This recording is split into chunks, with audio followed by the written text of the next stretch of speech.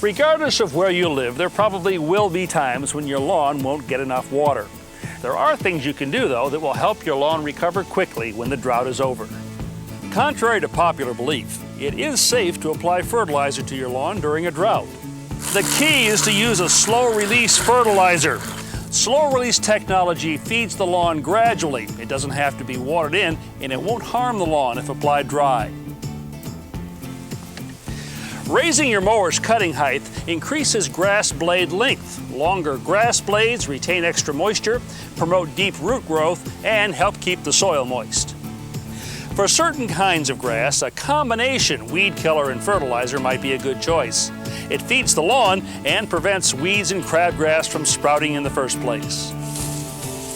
When you can go back to normal watering, try watering about 1/2 inch twice a week. Water in the morning.